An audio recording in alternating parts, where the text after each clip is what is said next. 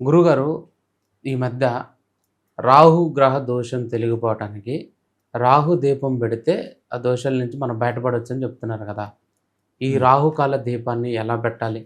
దీన్ని శుక్రవారం గానీ, మంగళవారం గానీ రాహుకాల సమయంలో రావి, వేప కలిసి ఉన్న చెట్టు మొదట దగ్గరికి వెళ్ళి, ఓకే. ఒక రాగి పాత్ర, రాగి ప్లేట్ తీసుకుని, అందులో కల్లుప్పు ఉంచి, అష్టదళ పద్మం గానీ, నక్షత్ర వలయం గానీ ముగ్గు వేయాలి. ఓకే. దేంతో?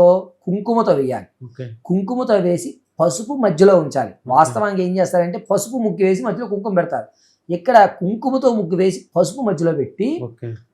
దానిలో ఒకటి తెల్ల జిల్లేడు పుష్పం ఉంచి ఓకే. దాని మీద మీరు ఒక ప్రమిద పెట్టి 7 వర్ణాల ఒత్తులు దొరుకుతాయి మీకు బయట.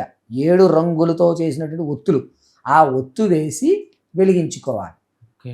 ఇది ఏ దేవాలయంలో అన్నా చేసుకోవచ్చు. ఓకే. రావి, వేప కలిసి ఉండాలి. ఓకే. ఇలా మనం ఖచ్చితంగా 5 శుక్రవారాలు, 5 మంగళవారాలు చేయగలిగితే, అంటే ఏదో ఒక వారం పెట్టుకోండి.